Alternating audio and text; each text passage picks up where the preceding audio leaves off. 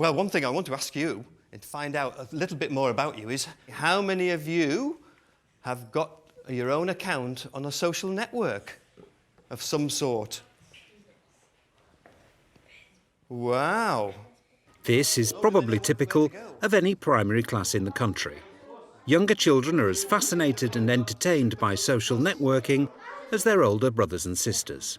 At Parkwood Primary School in Bradford, as in many other schools, teachers became aware that pupils were using the internet in inappropriate and possibly dangerous ways. We had an incident where a child had a video posted on the internet and it wasn't appropriate. The child wasn't doing appropriate things on the video. I think what was more disturbing was the number of hits that that video had had and the resulting comments as well, because suddenly quite a private thing that happened in the security of somebody's home was out on the internet. For me personally, I had to find my way through the fact that where do I go officially on this? What do I do? The school decided that something needed to be done and worked closely with the local authority to strengthen its whole school policy on e-safety. To highlight the issue, the school arranged a special e-safety day, emphasising 5 worthwhile tips which any primary school would find useful.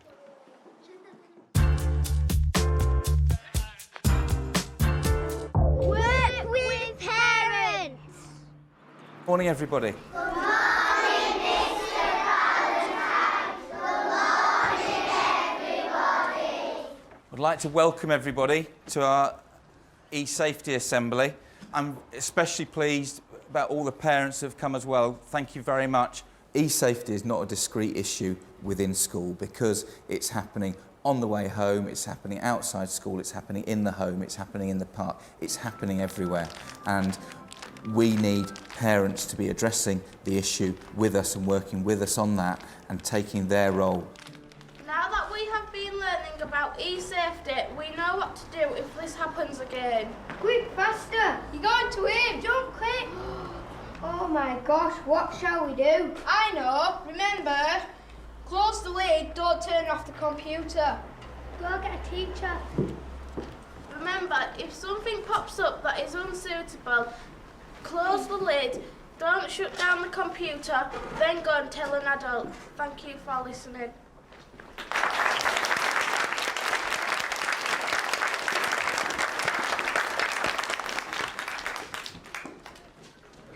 Whilst the pupils returned to their classrooms, the parents received their own e-safety lesson. My name's Paul Scott, I work for Education Bradford. I'm one of their curriculum ICT consultants. And as an e-safety agenda, one of the things we want to do is get parents involved, because the vast majority of issues that occur in terms of e-safety don't occur in the school, it's at home. Cyberbullying. I'm going to show you a short video clip now about cyberbullying, the issues around it. This is a video clip we're showing to some Year 5 children today. It's a clip I'd like all children to see. And when I've taken this into schools and shown it, the children have been actually taken aback by what goes on here. I just tried to laugh it off, but it just went on and on. Well, that's it. I just can't take it anymore. I thought they were supposed to be my friends. They're all laughing at me.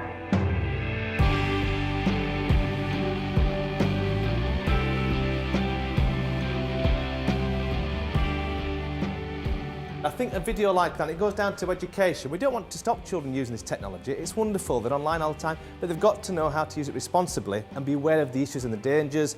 And hopefully, if your child feels they're being bullied, they can come to you and talk to you about it. And the school will back you on this. That bullying shook me.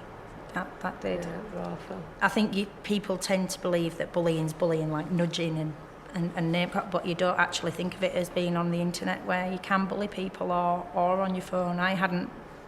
Logic says bullying's bullying by next year, but I hadn't actually thought that it could be done online.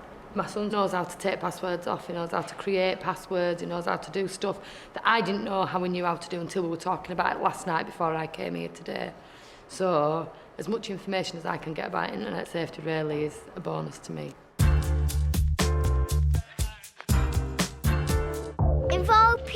Girls.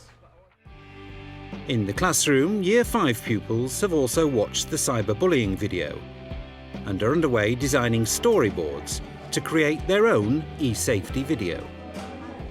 Just chalk and talk, if you like, or whiteboard and talk is not an effective way of learning. Our children need to get involved. They need to have first-hand experience of things so that they can learn. So it could be that whenever you're sat at the computer and it looks like you're typing a message to somebody and you're smiling away and you think it's a really nice message, and then you could be getting the message and be looking really upset, couldn't you? Right, you're gonna write it down. Does that sound like an idea?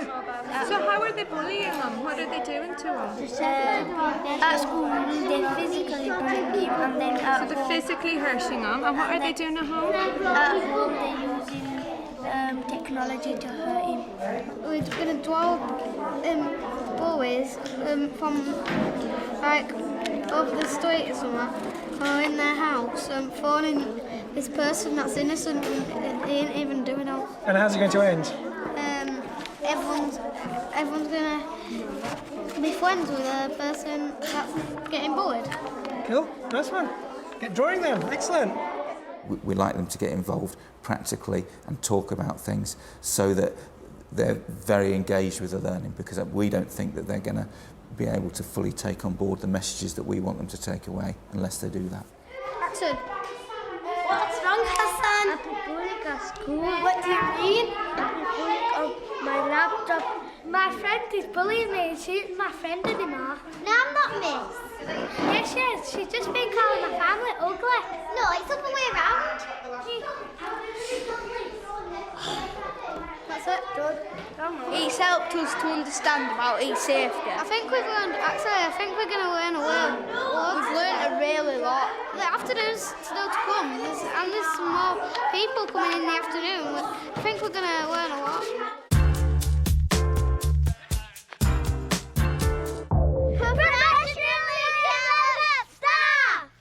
People keep asking me about the sites to use in terms of finding information yourself or looking for children's resources. And Childnet International, their site, and the CEOP site, so Think You Know and Know It All, they're the two really good resources. In the modern classroom, you cannot teach in this country unless you have ICT literacy. And if you have a member of staff that doesn't, they need to have training. However, on the other side, there are more technologies and softwares out there than anybody can be able to deliver. And so you need to have awareness sessions.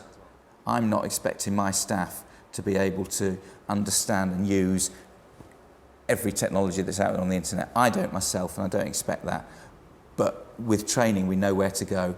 We know the principles of e-safety. One of the support staff, and they said there was an age restriction. Are the 13. children supposed to be a certain age before they go on it? You know, year 4, 5 and 6 really shouldn't be going on it, should they? Strictly, it's not, but they do. You know, the fact that we teach sexual education from, 11, 12, and you're not supposed to have sex till you're 16.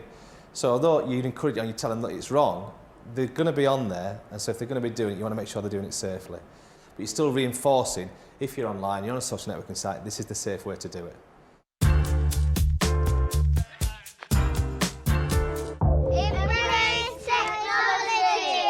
I think it's really important that all teachers do embrace this technology that we've got. It is enhancing the children's learning, it's enhancing my own professional development as a teacher. I'm a totally different teacher now than I was before I came to this school, and it's all because of the ICT that we've got here. What's happening is because you don't know that it's really them, a lot of people are posing as celebrities. To do the best job that I can, I need to keep up with the technology, even if I'm not using it myself personally, but I feel that I've got to be aware of what's out there and what other children going to come into contact with. To help raise staff awareness of just how popular online social networking is, Year 5 pupils were asked to talk about their experiences. Who can tell me about a social network? It's a band of people on the internet. What's the difference between a band of people on the internet and a band of people that you meet when you're out shopping?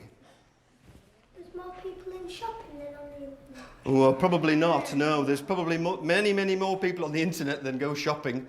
Technology is advancing very, very quickly, and some of the children sometimes tell me about sites that I don't know about, and I'm quite ICT literate. Right, those of you that have got your own social networking site, can you put your hand up if you know how old you've got to be to have a social networking site? Put your hand up if you know. OK, do you want to tell me? 18. You think it's 18?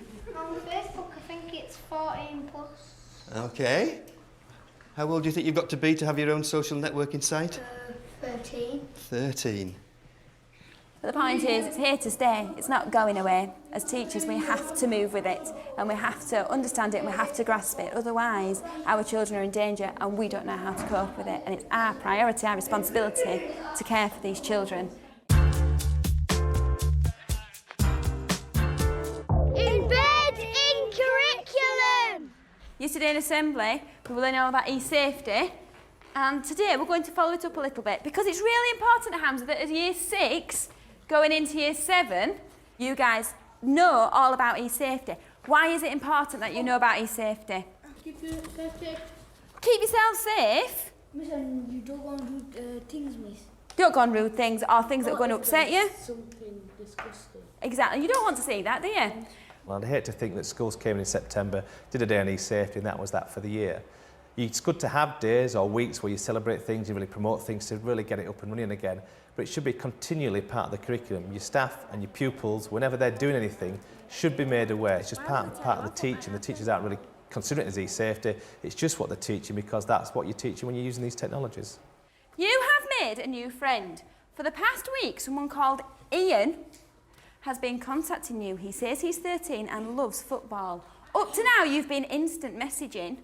Now he wants you to tell him your home address, and he wants to arrange to come down when your parents aren't in.